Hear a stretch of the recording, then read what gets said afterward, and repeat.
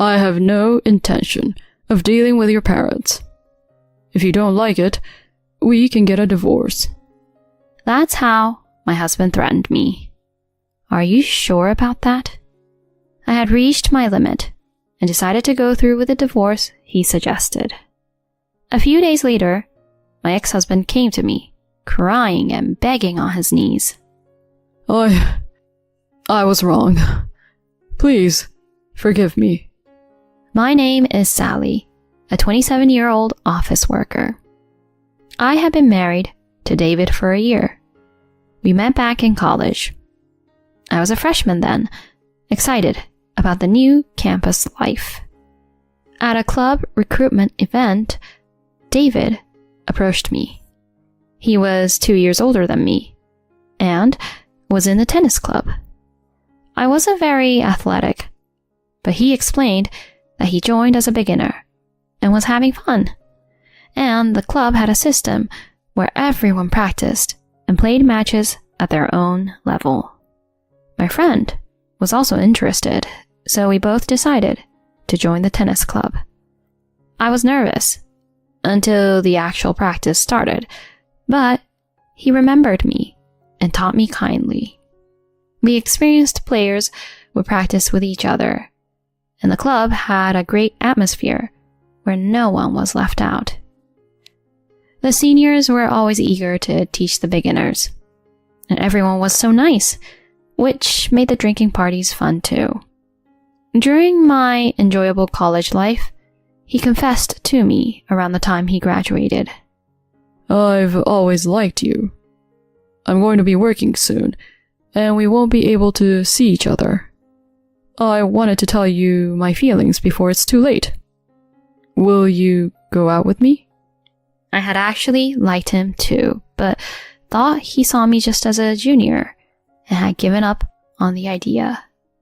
So, when he confessed, I was thrilled. Of course, I said yes, and we started dating. Since I was still a student and he was working, we mostly met on weekends. But we had a great time. He was mature, leading the way and taking me to various date spots. He often paid for our dates, saying I was still a student, which I thought was very manly. When I was job hunting, he gave me advice, which really helped me prepare. Later, I graduated and got a job. Congratulations, Sally. Thank you. It's all thanks to you, David. No, it's because you worked hard. Then he suggested, Now that we're both working, how about we live together? You mean move in together? Yeah. I thought it was better for you to focus on studies while in school. That might be a good idea.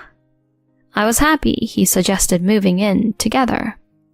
We decided to inform our parents about it.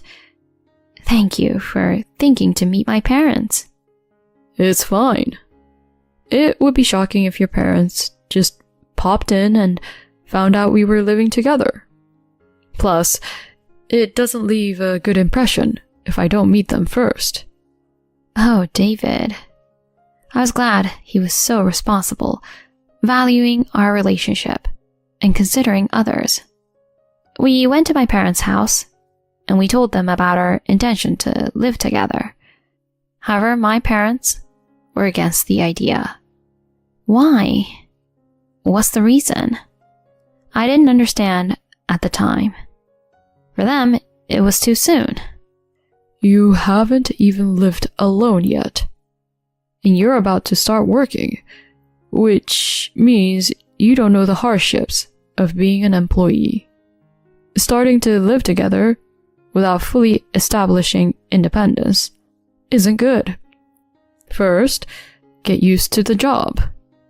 Then, experience living alone. Only after you can live by yourself should you consider living with a partner. That's the right order, in my opinion. But both of us were shocked at their opposition.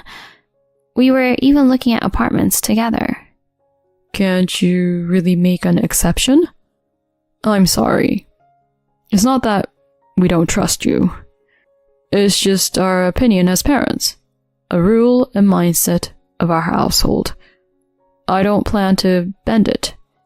So, if you want to live together, please, wait a bit longer. Mom and Dad, you're being too rigid. There are so many couples younger than me who are living together. And what if you end up getting pregnant? It's dangerous to act without considering the risks, getting carried away by the fun parts. We want you to have a solid foundation to handle any situation. You might be angry with us now, but please, understand. He wouldn't budge.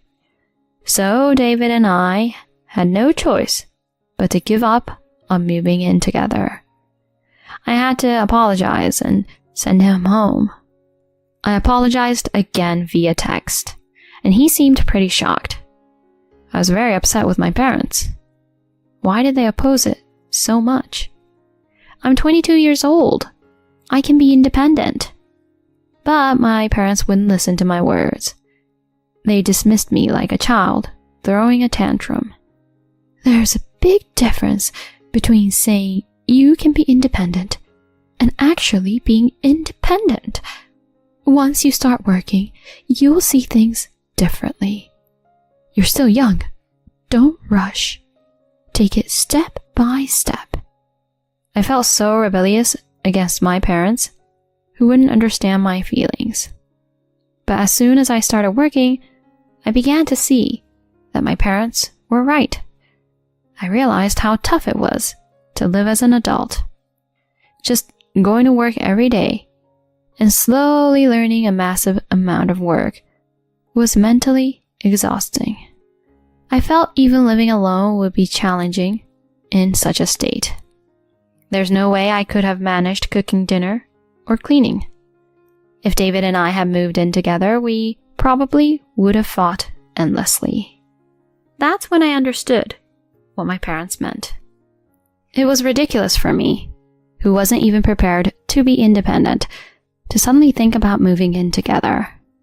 Being at home, supported by my parents while focusing on work, was what I needed most at the moment. I dedicated myself to my job, wanting to gain the confidence to live on my own and prove it to my parents. Slowly, I became accustomed to work and started to see what it meant to live as a working adult, a corporate employee. After working for over half a year and saving up enough money, I was ready for living alone. On weekends, I learned cooking from my mom and made lunchboxes on days I could. Saying this, my parents must have felt I was ready. They finally agreed to me living alone. So I started living alone in an apartment near my company. I managed to cook every day, and even with some overtime, I could still focus on my work. Before I knew it, I was the top performer among my peers and got an early raise. This boosted my confidence. Unlike my student days, I naturally developed a more mature way of thinking, and I could feel the change in myself, even when I was with David. We continued dating smoothly, visiting each other's places while living separately. He would often ask, "Isn't it about time we started living together?" But I felt it wasn't time yet. I think I need to experience living alone a bit more. I want to make sure I can manage life on my own, even when work gets busier. I see. He replied, somewhat reluctantly, but eventually agreed. After living alone for 2 years, managing my work and household chores even during busy periods, and saving money responsibly, I felt confident that I could handle whatever came my way. So I told David that I was ready to move in together. He was happy and immediately suggested moving in. We visited my parents again to inform them, and this time they recognized my independence. and appreciated that David had patiently waited. They easily gave their blessings for us to live together.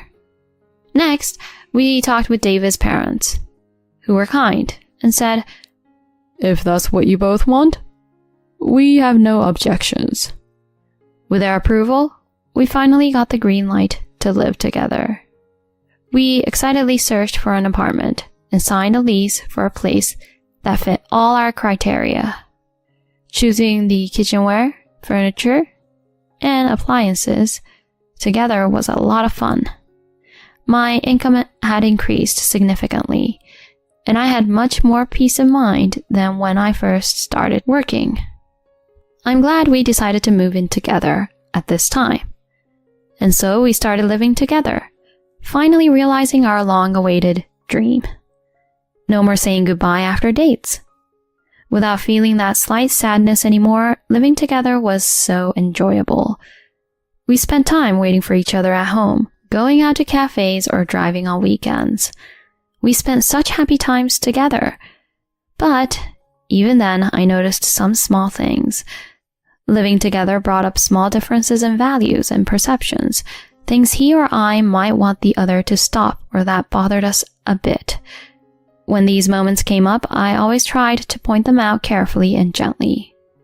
If we had moved in together before becoming working adults, I probably wouldn't have been able to handle these situations as well, and the worst case scenario might have been a breakup.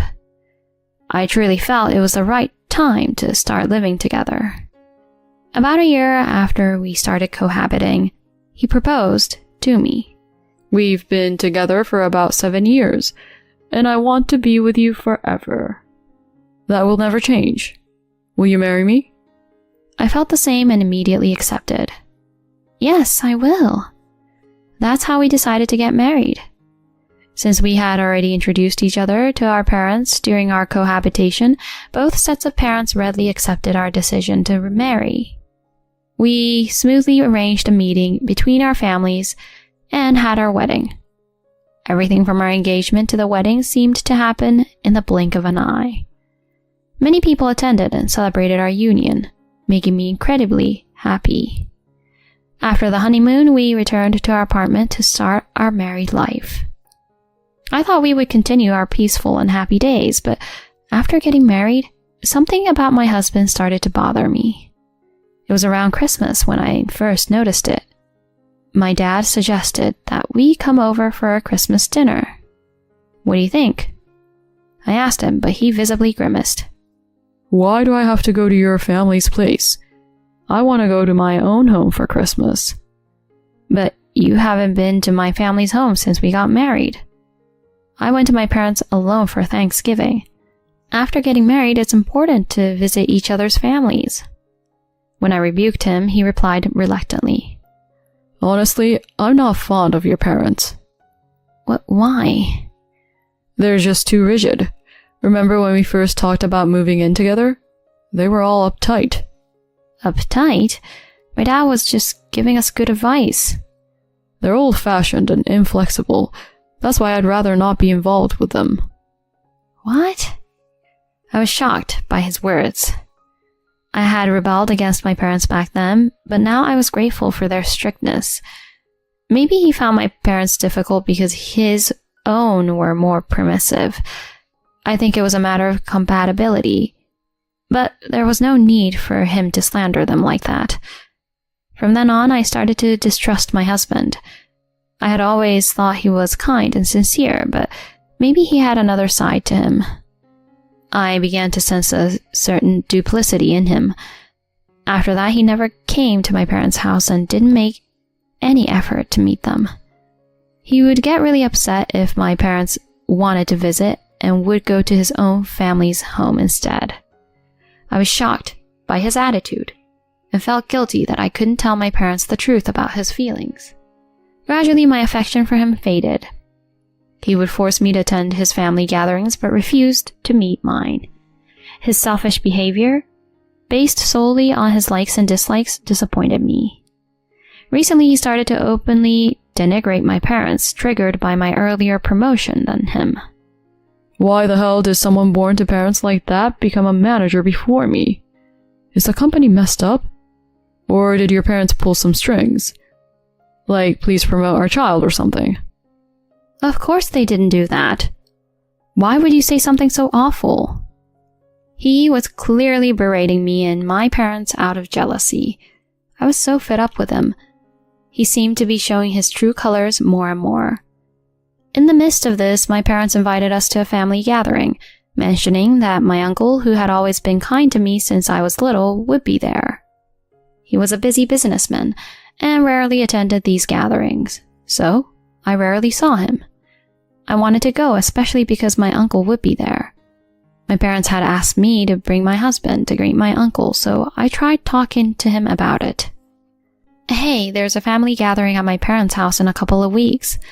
My uncle wants to meet you too. Nope, pass. What? I told you I don't want anything to do with your parents. If you don't like it, let's divorce. He threatened. I can't believe this. Why would you say that? Because you don't listen. Enough! I ended the conversation quickly and decided to go to the family gathering alone. I was happy to see my uncle after so long, but I had been not talking to David since our last fight, and the stress made it hard for me to smile. My uncle noticed and asked if something was wrong, and I ended up crying. This surprised not only him but also the other relatives.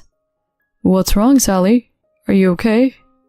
My parents also sensed something was amiss and rushed over. I apologized and honestly shared about my troubled relationship with my husband and how he had been insulting me and my parents.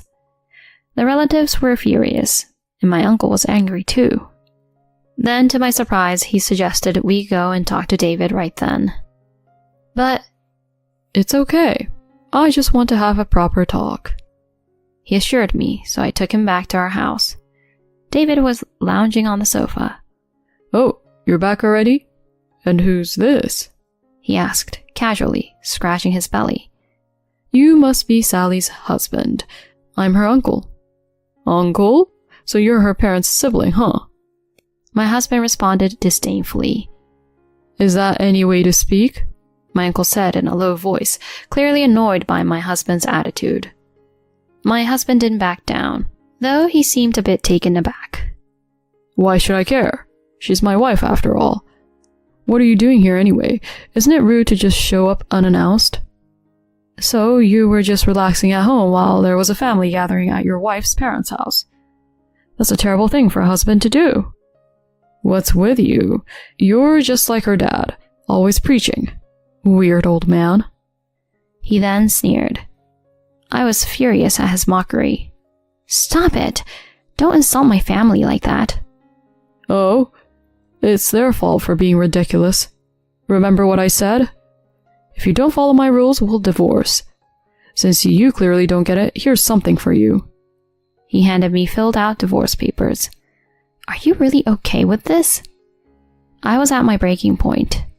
I decided to go through with the divorce. You better not regret this.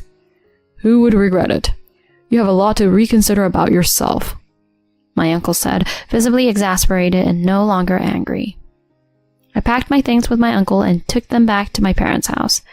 Then I submitted the divorce papers and finalized my divorce from David. He was truly the worst. Why hadn't I seen how petty he was? I apologized to my parents and uncle numerous times. Although they comforted me, saying it wasn't my fault. I felt responsible for marrying such a man. But it wasn't over yet.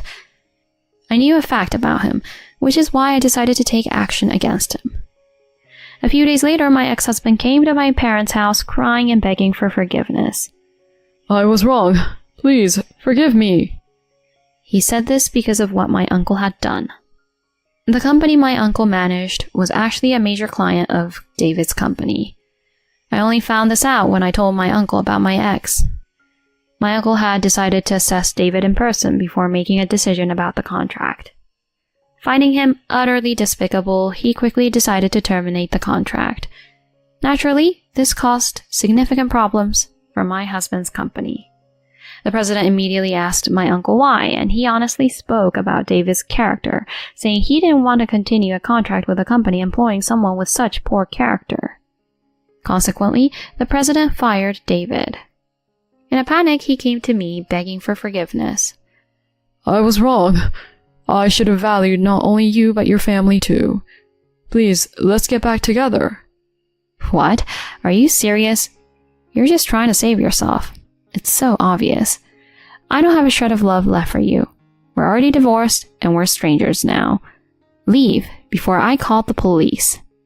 I said coldly and closed the door in his pale face. I thought if he was still there in 5 minutes, I'd call the police, but he soon trudged away. After that, my ex-husband couldn't return to his company and struggled to find a new job. Apparently, he had been deemed incompetent at his previous company, and his reputation for causing problems made it impossible for him to find work. Now he's living in a miserable and lonely life in a cheap apartment, working part-time. All my college friends supported me, so he was ostracized by them too. Even his parents were dismayed and cut ties with him. Well, he's still young and can start over, but I hope this experience has made him realize how awful his behavior and attitude were.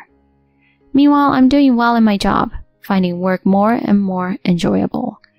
My uncle, parents, and I had dinner together, enjoying our time as a happy family. Going forward, I plan to cherish my family while enriching my work and personal life. My husband stole my credit card and went to Hawaii with his mistress. He told me to pay for it, but I canceled the card, trapping him in Hawaii. Actually, I've decided to go on a trip to Hawaii starting now. I received a call from my husband, who betrayed me and continued to extort money from me. I haven't heard anything about Hawaii. My husband responds to this with a smile on his face. Well, you didn't say anything. Even I need to take a break once in a while, you know. So I decided to unwind in Hawaii. Huh? What about the money? I borrowed your credit card. I'll be living it up, so take care of the payments. I hurriedly checked my wallet. Certainly, my credit card was missing. Hey, what do you mean taking my card without permission? Don't be stingy. Your earnings are mine and what's mine is mine, right? So I have the right to use it too. Who does he think he is? Some cartoon character? My husband spun arguments that make me want to say just that. When I firmly refused, he responded with a, "Well, if that's how it is," and the call from him ended. Finally, I began to take action. As a result, my foolish husband is about to experience hell. My name is Grace. I'm a 31-year-old housewife. To be honest, my family is well off. My father runs a company, and my mother is a full-time housewife, and I hold a managerial position at my father's company. To avoid the appearance of nepotism, I took all required exams and presented myself as an unrelated individual with the same surname as the president. Of course, I earned it through both caution and competence. In my early years, my father showered me with affection and generously funded my education. However, upon graduating from college, he pushed me to stand on my own. Initially, he even told me to apply to a different company. Still, as I admired my father's work, I pleaded with him to let me join his company. He reluctantly agreed, promising not to engage in favoritism. Given such circumstances, I moved out of my family home a long time ago and have been living on my own. Motivated via a desire to repay my father, I dedicated myself to work for several years. I found myself in my late 20s without a boyfriend. Whenever I returned home, my mother would express concern, saying, "Hey, Grace, it's great that you're working hard, but you should start thinking about your own happiness soon." I'm happy right now with my job. It's not about that. Haven't you thought about marriage? Should I help find someone for you? Mom, why are you so obsessed with marriage? Your dad is quite old-fashioned. If he insists on someone taking over the company, I think it would be better if it were your future husband, not you. We would feel more at ease if you married a wonderful person. While I was lightly shocked by my mother's words, I found myself agreeing. Certainly, my father had never explicitly said, take over the company. It was likely because he naturally assumed it would be a man who would inherit. My father had some old-fashioned beliefs, for sure. Afterward, I decided to find a marriage partner on my own. Despite my mother recommending several arranged meetings, I wanted to choose my life partner myself. I rushed into participating in speed dating events. Even after dating various people, none seemed to click with me. It was during those times that I encountered the man who would later become my husband, Greg Turner. Greg works as a salaried employee in a top-tier company in the same industry as my father. With a gentle smile, he was quite popular at matchmaking events. Greg invited me on a date, and for a year our relationship had no issues. He always paid for our dates and escorted me gracefully. When he proposed, I hesitantly shared the situation at home. Greg, my father is actually the president of a company called T Corp. Huh? T Corp? Isn't that a famous company in our industry? Yeah, and since I'm the only daughter, I was hoping you'd consider it. Greg took a moment to think before responding. Got it. Let's hear what my mom thinks first. Greg's father died when he was in middle school, and he was raised by his mother by herself. We headed to his family's house together and met his mother. Welcome. I've been looking forward to meeting you. His mother, a stylish and lively woman, greeted us. As expected, she was a career woman overseeing a fashion company. When we told her about our marriage plans and that we wanted him to inherit the company, she smiled and said, "That's fine. Our family isn't the kind that needs someone to inherit. If you two are happy, that's what matters the most." Thank you so much, Mom. And so the marriage introduction with his mother was concluded. By that time, I had grown to really like my mother-in-law. Your mom is such a wonderful person. She exudes this modern, career-oriented woman vibe, and I find it admirable. Is that so? When she gets mad, she's terrifying. I can't stand up to her.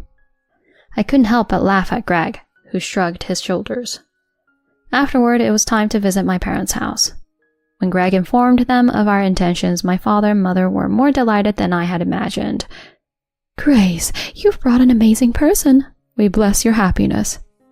That's great, Grace. Greg, take care of our daughter, okay? Greg stood tall and responded warmly to my parents in a refreshing manner. Later, we got married and started living together. My parents gave us a new apartment as a wedding gift. The house was registered under my name. Living in a beautiful city apartment, we thought we'd both work hard and collaborate on household chores.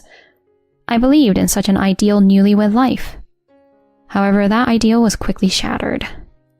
Greg unexpectedly quit his job just 1 month after we got married. What do you mean? Quitting your job? Come on, Grace. You're getting a decent salary, and eventually you'll inherit T Corp, right? I was thinking of being a house husband until then. What are you talking about? I don't have any support from my parents. I can't rely on that. With your salary, we'll be fine. Let me take it easy. Despite repeatedly pleading with him to find a job, Greg didn't take it seriously. Instead, he started to resist, saying, I came as their son-in-law, and this is how you treat me? Having felt the need to compromise with such a husband, I asked him to at least take care of the household chores properly. Leave it to me. Since I'm a house husband, I'll handle the housework. Even though Greg said that, his household chores were incredibly sloppy. The rooms were messy, laundry was scattered around, and dinner consisted of supermarket ready-made dishes. In the end, I had to redo everything. One day, unable to endure it any longer, I said, Greg, you're not doing any of the housework properly. I want you to be a bit more responsible. What? I'm doing my best. What's with that attitude? But... Seriously, that's what you call having some moral standards. Is it fun for you to blame a vulnerable house husband like me? Faced with Greg's complaints, I could only sigh. I worked while giving Greg the living expenses, and he handled the household tasks carelessly. This lifestyle continued for a whole year. Around the 1-year mark of our marriage, Greg started asking me for money. Hey, Grace, I'm running short on living expenses. Huh? Already? I just gave you some not long ago. Well, it's not enough. Can't help it, right? Each time I reluctantly handed him a few more dollars. Greg even asked me to get a credit card for him, but I refused. With his spending habits, it was unpredictable. Greg, what on earth are you spending so much on? This is going to put us in the red. I was quite worried. During that time, I had to plan a company trip, so I went to a travel agency alone. I was having a meeting in a booth surrounded by walls when I overheard a conversation in the next booth.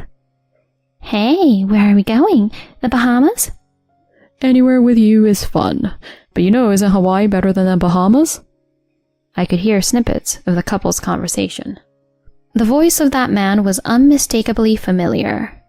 It was the exact voice of my husband, Greg. I interrupted the meeting, peeked out from behind the wall, and confirmed it.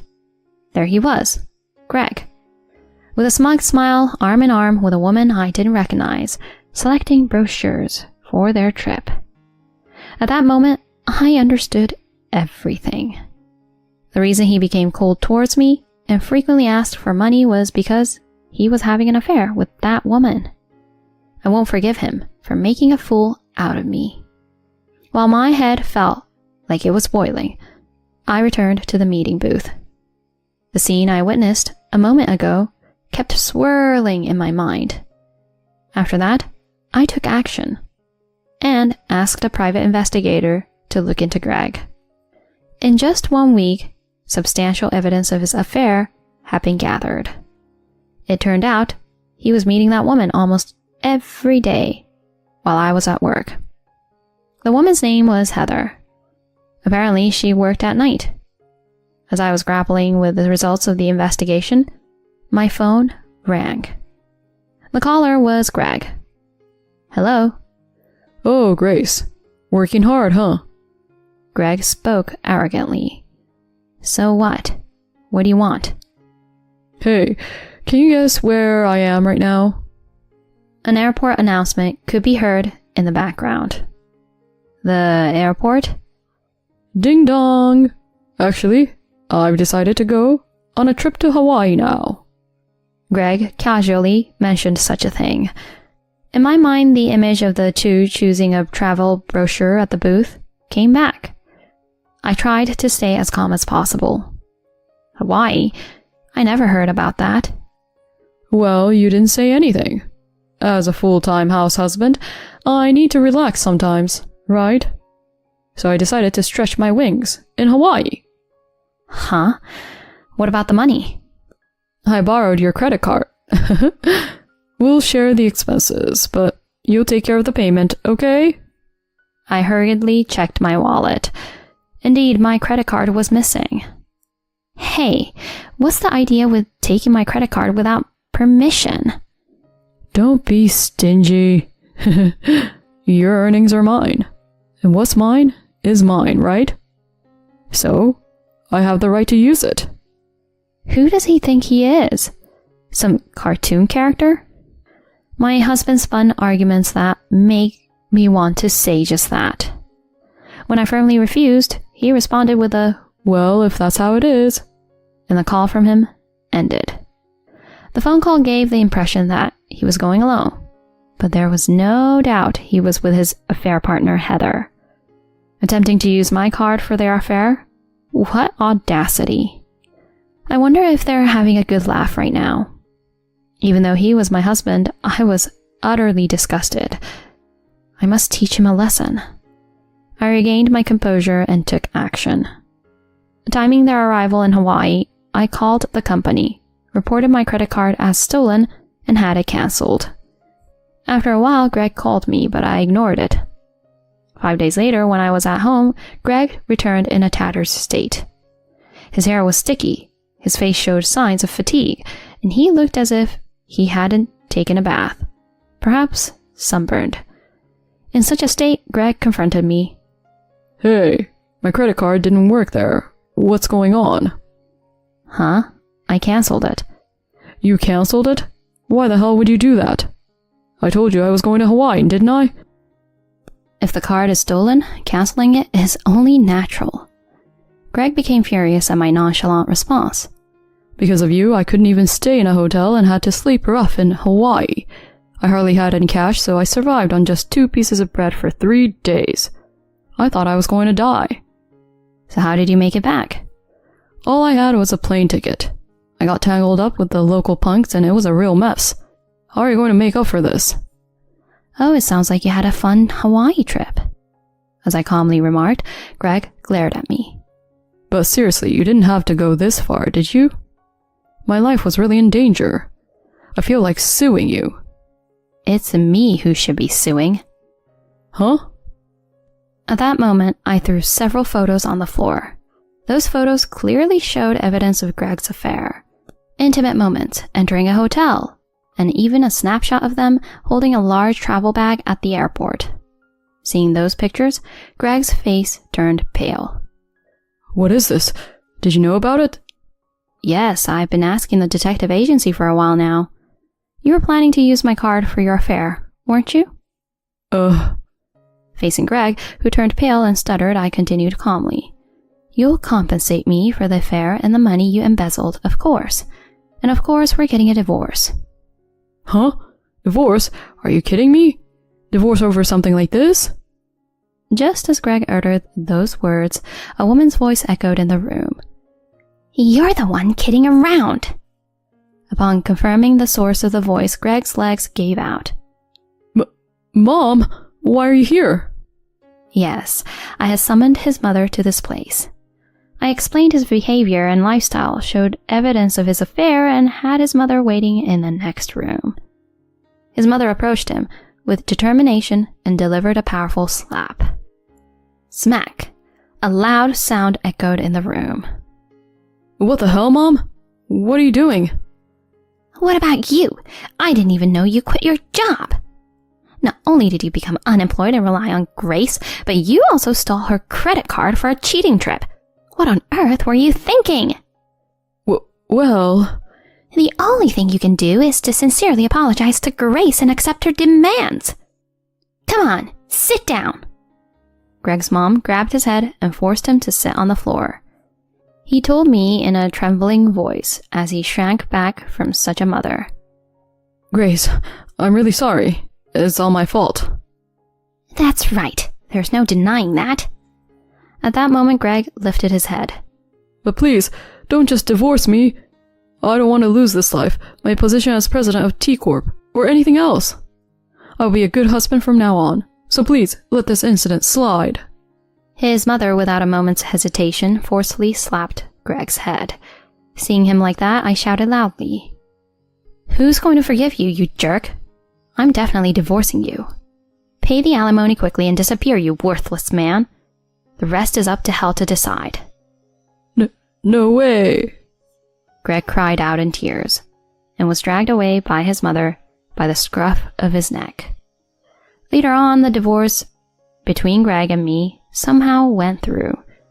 He was ordered by his mother to pay alimony, and the amount he misappropriated totaling $60,000. I also demanded alimony from his cheating partner. She initially claimed she couldn't pay, but when I threatened to take legal action, she borrowed money and paid up. This apparently triggered a breakup between Greg and her. Having depleted his savings due to payments to me, Greg tried to return to his parents' house, but his mother refused. She had completely severed ties with Greg. Now homeless, he reportedly moved into a rundown apartment and is currently job hunting. Even upon hearing this, I feel no sympathy whatsoever. I can only think, serves you right. On the other hand, I am working hard while living alone. Recently, my father told me, You are more capable than I thought. I hope you take over the company in the future. Those words were more than joyful for me. Currently, I have revealed my identity within the company, and I'm undergoing training under my father as a successor. I would like to continue to make my life brighter by never ceasing my efforts. My cheating husband blamed me for loneliness, told me to leave. I took my things and left, leaving him shocked in an empty house. You don't understand anything. Do you still not know why I cheated? When I confronted him about the affair, my husband pursed his lips, adopting an attitude that seemed to say it's not his fault, but yours. I confronted him assertively. What do you mean? Are you saying I'm the reason you cheated? Yeah, that's right. I cheated because you made me feel lonely. Huh? Are you serious? Of course. I don't want to hear your excuses. Just get out. At that moment, the feelings I had built up towards my husband melted away. There was no longer any affection, only a sense of disgust. What did he just say? Cheating because I made him feel lonely? This is ridiculous. I'll make sure to make him suffer, no matter what it takes. Determined to seek revenge, I immediately began preparations. My name is Karen Rivers, and I'm 32 years old. I work for a well-known beverage company. Working for a beverage company involves more than just planning new products. It requires adapting to the changing times, such as modifying labels and container shapes. Especially for beverages featured in commercials, one must come up with memorable catchphrases and label designs. These tasks are quite challenging, and it's common for good ideas not to come easily, even after days of contemplation. Since graduating from college, I have immersed myself in work every day. The monotony of my work routine changed 2 years ago. It all began with meeting my current husband, Taylor. I first met Taylor at a group blind date I was invited to by friends. I was not in the mood for it to begin with, and I was just drinking. But then, he approached me. Would you normally talk to someone who is just sitting in the corner of the table drinking alcohol? He's an unusual person. I was thinking that, but when we started talking, surprisingly, I naturally began to smile. We exchanged contact information, and the following month, as we went out for a meal together. After dating for a year, we started living together with the prospect of marriage. While my job keeps me busy, Taylor's company is small, so there's usually some flexibility in his schedule. That's why, whenever I come home, he's always there, ready and waiting with a meal. Welcome back, Karen. Dinner is just ready. You made it for me. Thank you. Karen, you're busy, so it can't be helped. It's something simple, so cut me some slack. Yeah. I'm really happy. Thank you so much. You're contributing a lot to our living expenses, so it's only fair. We had quite a difference in income, you know. This is because a few years ago, my project was successful, leading to a promotion. When we roughly disclosed our incomes before moving in together, there was about a threefold difference between my salary and Taylor's. So we decided to split the rent, and I covered utilities and groceries. While most of the living expenses fell on me, I didn't mind, because Taylor took the lead in steering our life together. Unlike me, who occasionally faced sudden overtime, Taylor reliably had weekends and holidays off. So on weekdays, he cooks meals and cleans the bath. On his days off, he would thoroughly clean the entire house. I, in turn, sometimes took on household chores to give him a break. In this way, we supported each other, smoothly navigating our cohabitation. Half a year after moving in together, Taylor proposed, and we got married. With the official status of a married couple, we decided to move to a slightly larger apartment. However, a problem arose at this point. There was a significant difference between the property Taylor wanted and the one I had in mind. Why not choose something in the middle? We're both about halfway between our workplaces. I showed him the floor plan of a certain property, but Taylor never nodded. Instead, he boldly pointed his smartphone at me and said confidently, So this place is definitely better. The rooms are spacious, and being on a higher floor is better, right? You misunderstood even the place I showed you? Isn't it good enough? Taylor, even if we have children someday, your choice is too spacious. You just don't get it. You can never have too much space. Besides, Karen, you can wake up earlier, right? I'm not a morning person, so I want to live somewhere close to the office. What's that? It's not all about your convenience. I do most of the household chores, so it's fine, right? Karen, just focus on your work. Despite several discussions, my husband didn't budge an inch. Instead, he aggressively pushed his opinions. Since he was unyielding, we eventually moved to the property he suggested. It was a relatively small high-rise apartment, and the room he contracted was on the 7th floor. The rent jumped several times, visibly increasing our expenses. On top of that, he said, I want to get all new furniture and appliances. And I ended up buying everything with my own money. Initially, as before, we split the rent, and I covered utilities and groceries. However, around 3 months after the move, my husband's attitude gradually began to change. I'm home. One day when I returned from work, there were cup ramen containers scattered in the living room. Next to them, my husband lay on the sofa, looking at his phone. There was no usual greeting of welcome home. The room was quite messy, and of course, there was no meal prepared. Hey, Taylor, are you tired? When I inquired, he maintained his posture, merely shifting his gaze towards me. A discernible sigh escaped his lips, accompanied by a visibly weary expression on his face. Can't you see it? I'm tired, so I made such an easy meal, right? I see. Well, then I'll have cup noodles too. Huh? I bought that stock myself, you know. Huh? So am I not allowed to eat it? Even though I cover all the food expenses? Well, if that's the case, buy it yourself from the convenience store.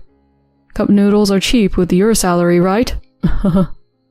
The somewhat prickly tone of his words caused irritation. Realizing that continuing the conversation would only agitate me further, I opted for the light soup I had purchased as a substitute for dinner. While soaking in the bath that night, a sudden thought crossed my mind. Why did my husband suddenly adopt such an attitude? I wonder what's up with Taylor. Maybe he's really exhausted. Up until now, I had entrusted most household chores to my husband. Though I helped when I could, the burden remained substantial. Several months had passed since that incident, and rather than improving, my husband's demeanor grew colder each day. Recently, he started ignoring me even when I tried to talk to him. A new project had started a little while ago, and I found myself in the busy role of a team leader. My return home was later than usual, and I would often collapse into bed without eating dinner. Lately, my husband stopped preparing meals altogether, and we began fending for ourselves. While I felt a sense of loneliness, for someone with early mornings and late nights like me, it was somewhat easier. Then one day, after a series of overtime shifts, an unusual request came from my boss. Can you leave on time today? It's been a while since I've had dinner with my husband. So I went to the supermarket to buy his favorite potato au gratin and roast beef, and bought 2 tarts at a cake shop. However, no matter how long I waited, my husband didn't return. The time was already past 7 p.m. My husband always gets off work on time, so no matter how late he gets off at work, he should be home by 6 p.m. I tried sending a message, but there was no response. Time passed with no indication, not even a red receipt. What's going on with Taylor? Even after 8 p.m., there was no sign of my husband returning. The prepared dishes were nearly cold. Frustrated, I decided to call him. Surprisingly, he answered after a few rings. What do you want? Behind his curt words, I heard a small chuckle. A bad feeling hit me, and I immediately pressed him for an explanation. Hey, where are you right now? Are you with someone? It doesn't matter where I am.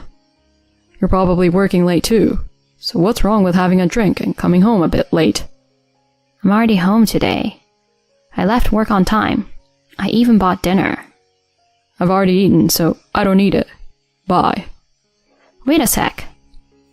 Despite the conversation being far from over, he unilaterally ended the call. No matter how many times I called back, he didn't respond. My head was filled with discomfort. One thing was certain. My husband was somewhere with someone. Perhaps it was just a colleague, or a friend he hadn't seen in a while. But was this woman's intuition kicking in? I could sense he was hiding something in his tone and demeanor. So I decided to open my husband's room and started searching for something. Found it, the one he always used. This is the tablet my husband usually uses. He recently purchased a new one, so this tablet is not in use right now. If he's cheating, I thought there might be evidence on this device he used until recently. I turned on and charged the tablet.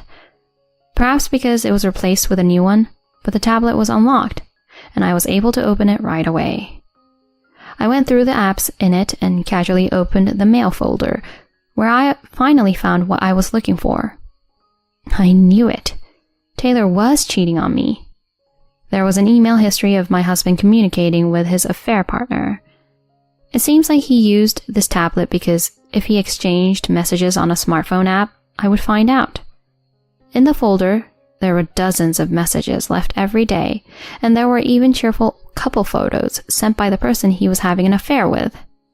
The photo folder had many pictures of the woman who was presumably his affair partner.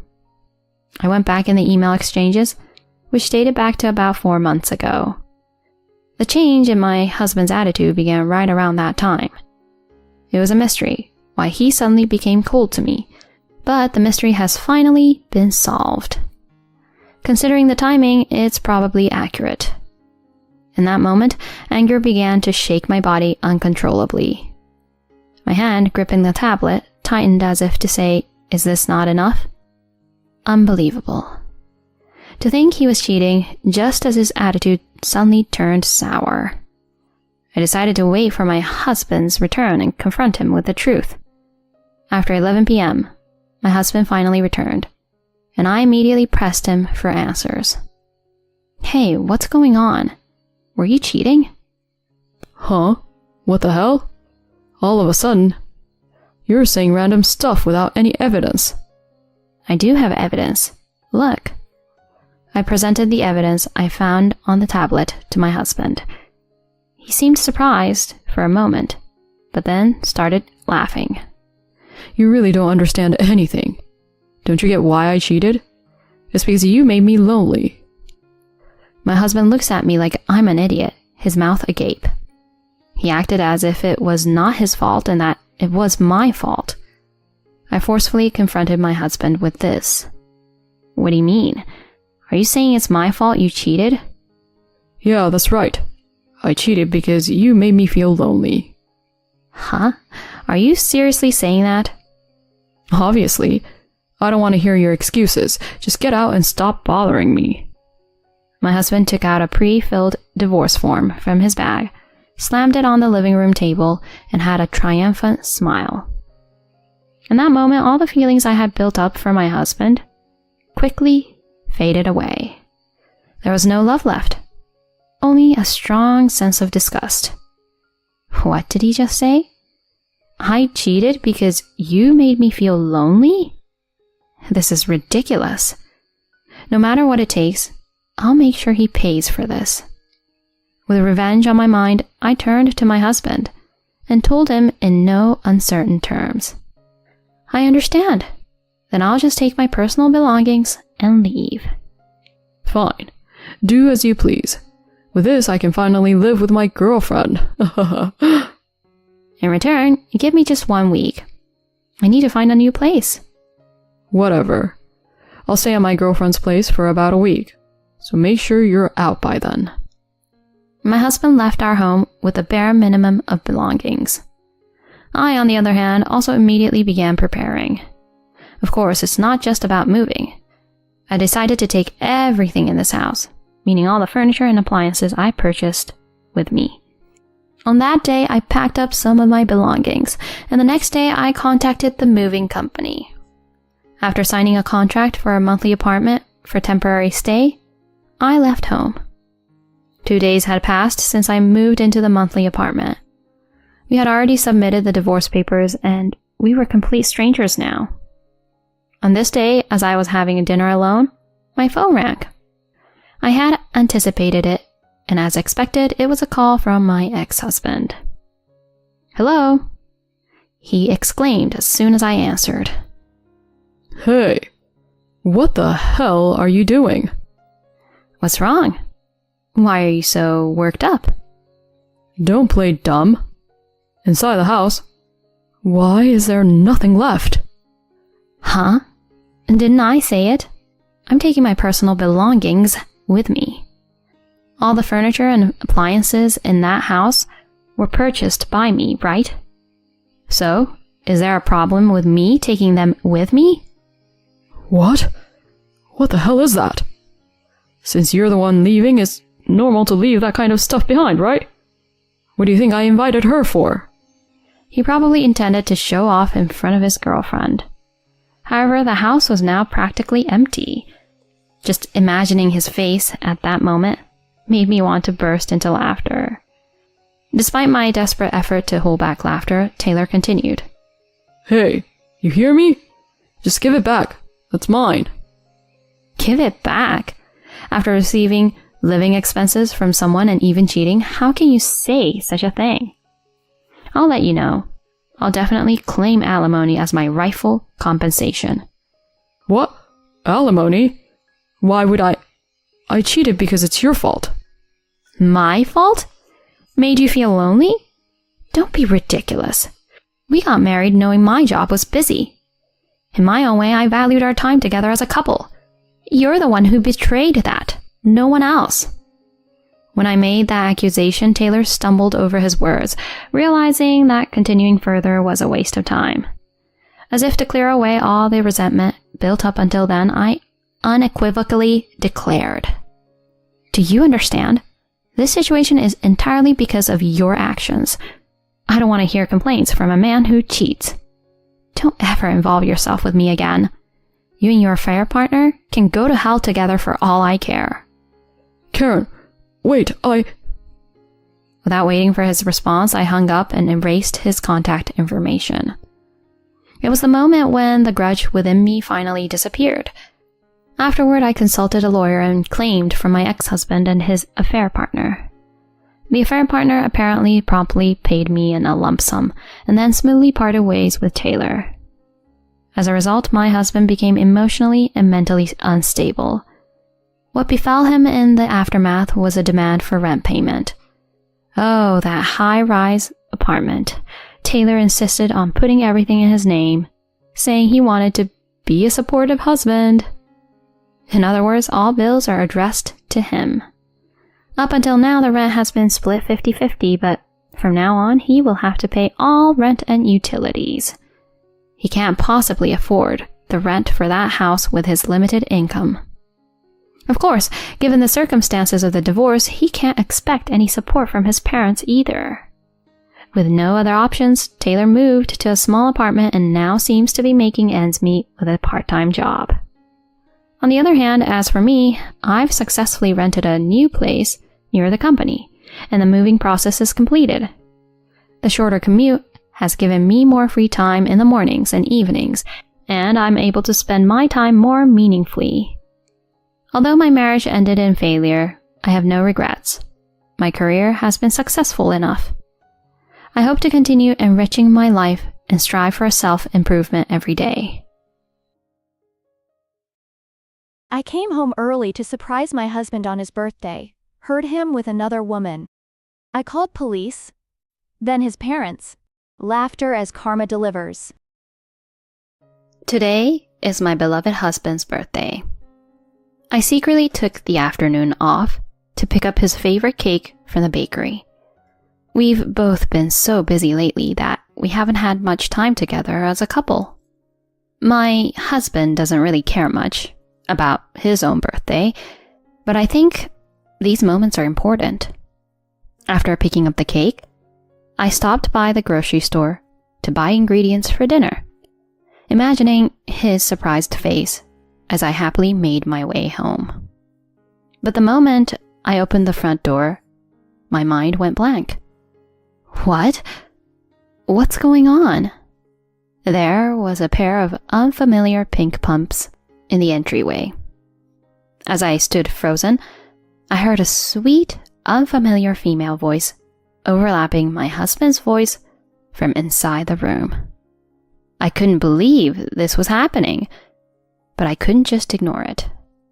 I decided then and there to get revenge. Hello? I took out my phone and dialed a certain number. My name is Maggie. I'm 32 years old. I've been working at a cafe I've known since my student days, where I'm now the assistant manager. The current manager is transferring to another branch, and I've just been selected as a candidate for the manager position.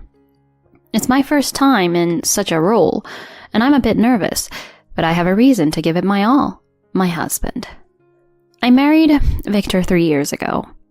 He's kind to everyone, always respects my opinions, and that's why I fell for him. He's just as kind as when we first started dating. Just the other day, when I told him I was a candidate for manager, he was thrilled. What? That's amazing. Well, I was acting as the manager when our manager was helping at another store, so... Even so, it means you're recognized as capable of being a manager. That's really incredible. Managing a whole store? Victor, you're exaggerating, but I'm really happy you say that. I'll do my best. If you're moving up, I need to step it up too. I need to work hard so we can buy our own house soon. Yeah, that's right. Those moments of laughing together are when I feel happiest. I was determined to work harder for his sake. One day, I came home from work to find Victor not there. Usually, I get home later than him, since he works closer to home. There was no message from him on my phone. He usually lets me know if he's working overtime. But there was nothing today. What happened to him? Did something happen? I wondered as I sent him a message. But it went unread, and time just passed. Usually he replies even when he's working late. Why not today? Could something have happened on his way home? But I would have heard from the police or hospital if there was an accident. I let my imagination run wild and became needlessly anxious. All I could do was clutch my phone and pray for his safety. Several hours later, after 11 p.m., I finally heard the front door open. I immediately got up and hurried to the entrance. Victor! Welcome home. I'm so glad you're okay. As I rushed to him, half in tears, he momentarily grimaced, but then quickly returned to his usual gentle smile and patted my head. Sorry I'm late. Some last-minute work came up. So, it was overtime? But you usually reply. What happened? I was really worried about you. Sorry about that. I was so busy today, I didn't even have a moment to check my phone. It must have been tough. Why don't you go take a bath? It's ready. Yeah, I will. Thanks, Maggie, he said, embracing me gently. That's when I noticed a faint, sweet scent coming from him. Shocked, I just stood there frozen. He went to the bath without noticing my reaction. Left alone, I walked shakily to the sofa, sat down, and tried to make sense of things. That smell was definitely perfume. But he doesn't wear perfume, and I've never even bought any. So where did that scent on him come from? Driven by concern, I decided to ask him directly. As soon as he came out of the bath, I broached the topic. Hey, Victor, sorry to bother you when you're tired, but I need to ask you something. What's up? Well, I felt guilty as I looked at his kind face. Should I really be asking this? Despite my internal struggle, I decided to share my doubts. When you hugged me earlier, I noticed a really nice smell on you. It was sweet. You were at the office all day, right? Yeah. I was at the office. Maybe the smell is from the female stuff? It could have transferred to me. But I've never noticed it before. If it was from a colleague, I would have smelled it on you before. It was just a coincidence today. Sorry if it made you feel bad. I'll be more careful next time. Okay. He looked somewhat stiff as he shifted his gaze to his phone. His answer wasn't what I was looking for, but I couldn't push any further. From that day, I started to feel uneasy about his behavior. His occasional overtime became almost daily, and he would return home around midnight. Plus, he started going out with colleagues on weekends. Just last weekend, he said he was going on a trip with a coworker and left early without telling me where. He didn't bring back any souvenirs or show me any photos from the trip, despite my asking. This all made me start to suspect something was off. Unable to stand it any longer, I decided to check on him at his office. I left work earlier than usual, saying I had an errand, and headed to his office. I sat on a nearby bench and waited for him to come out. After about 50 minutes, I saw him leave the office. So it wasn't overtime after all. Is he meeting someone? I discreetly followed him, but he just walked towards the station. He didn't seem to be meeting anyone there either. Am I just being paranoid?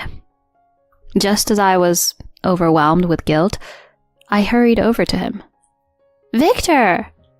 Maggie? What are you doing here? What about work? Sorry, Victor. I actually doubted you. Holding back tears, I explained why I was there. He listened in silence, then sighed softly. You worry too much, Maggie. Why would I cheat you? I'm married to you. I know. Sorry. But you've been coming home late and spending weekends away. That's why I got anxious. Sorry for making you feel that way. There's no way I would get involved with someone else while I'm married. Yeah, you're right.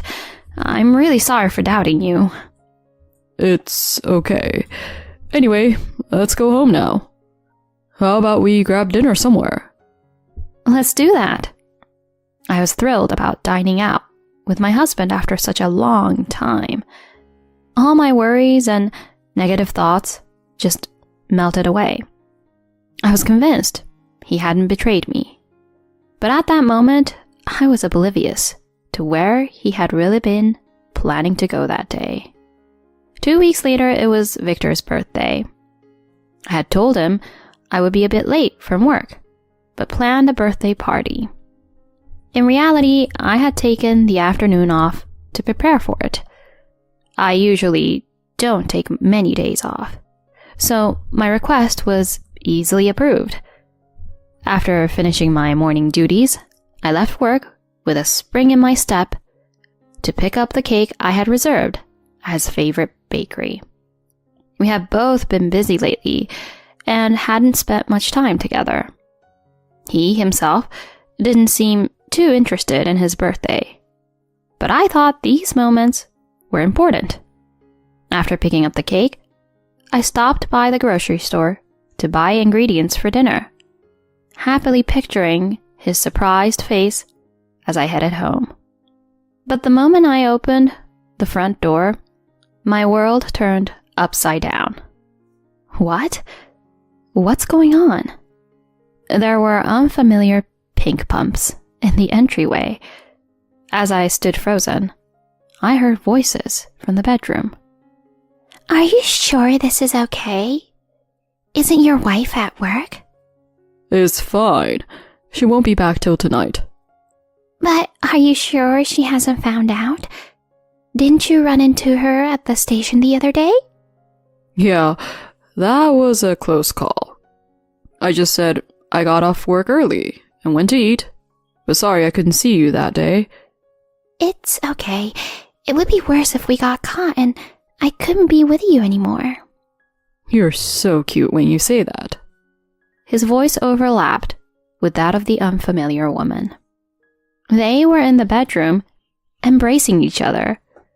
I was so shocked that I couldn't even cry. Without realizing it, I started recording their conversation on my phone, capturing the proof of their affair. I couldn't believe this was happening, but I couldn't ignore it. I had to get my revenge. This was my only chance. I took out my phone and called a certain number. Hello? Is this Lance? It's been a while. This is Maggie. I called Victor's father, Lance, not explaining the situation but asking him and his wife to come over immediately. He sensed the urgency and said he'd be right over. It's only a 15-minute drive from their house to ours. After hanging up, I called another number. Hello? Is this the police? There's a stranger in my house. Can you come right away? Yes, I called the police. After giving them my address, they said they would be right over. Waiting at the front door, the police and my in-laws arrived almost simultaneously. I followed them, walking behind everyone. We tiptoed to the bedroom door. I said, "That's the room," and the officer opened the door with force. Police? What? The officer was surprised to see Victor and his mistress. My in-laws were completely frozen. But my husband and the mistress were the most panicked. She tried to hide under the covers while he turned pale and looked around frantically. Maggie? What the hell? What do you mean? I came home and heard a stranger's voice. So I called the police. Why did you have to call my parents too? You're crazy. Who's crazy here? Taking advantage of the fact I wouldn't be home at night to bring your affair partner into our house? What? Why are you home at this time? You're usually later. It's your birthday. I thought I'd surprise you by coming home early. And this is what I find? He wanted to say something, but eventually fell silent. The officer, having heard the conversation, turned to me. So, what should we do about this woman? We can take her to the station for questioning. Please do. Take her right away. Yes, ma'am. I yanked the woman out of bed, threw her clothes at her, and handed her over to the officer. The police escorted her out, leaving my in-laws and us in the house. Victor attempted to sneak back under the covers, but his father sharply reprimanded him. What the hell are you doing, Victor? With another woman? In your own house? Despite being married? It's not what it looks like, Dad. It's a misunderstanding. Misunderstanding? We saw it with our own eyes. What a fool you are. I'm sorry, okay? She was just a fling. I never intended to divorce Maggie. You think Maggie would want to stay with you after this? We no longer consider you our son. What? Dad, I'm your son. Are you going to abandon me? Shut up. You're disowned. Don't ever cross our doorstep again. After saying this, my father-in-law sincerely apologized to me. It wasn't their fault. The blame lay solely with Victor and his mistress. Victor still didn't seem to grasp the situation. He hastily dressed, then turned to me with a forced smile. Maggie, I'm sorry, okay? But you're the only one I love. Oh my gosh. Are you serious? Of course. I only love you. She was just a fling, so there's no need for a divorce. Ignoring that his parents were there, I grabbed Victor by the collar and raised my voice. Cut the crap. You love me? She's just a fling? You have no idea how much you've hurt me. Finding out about your affair on your birthday? There's nothing worse. You made me feel miserable, and you're going to take full responsibility for that. Don't be so mad. I won't see her again. I'll delete her number. Do whatever you want. I won't see you again, and I'll delete your number too. Wait, you're joking, right? We're married, are we? Do you think I'm joking? I have no intention of continuing a relationship with a scumbag like you. I'd rather live alone than continue being married to you. Don't ever interfere in my life. Again. His face turned pale, and tears filled his eyes. He called my name several times, but I ignored him and left the room. Later, I packed my things and moved back to my parents' house. After settling down, I consulted a lawyer and filed for alimony from Victor and his mistress. The divorce proceedings are also underway. The recorded evidence and the fact that my in-laws witnessed the affair are working in my favor. The lawyer is skilled, so it's only a matter of time before the divorce is finalized. Surprisingly, it turned out that his mistress was also married. She and Victor are facing a lot of trouble, being sued for alimony by her husband. Their relationship soured due to the alimony issues. They argue constantly and are unlikely to end up together even after my divorce is finalized. I informed Victor's company about the divorce and its reasons, so he's lost his standing and is facing a possible transfer to a regional branch. All I can say is they got what they deserved. As for me, after staying with my parents for about a month, I rented a house near my workplace. I've officially become the manager, and I'm living fulfilling days. Though it ended in divorce, I have no regrets. What matters most is how I live my life happily from here on out.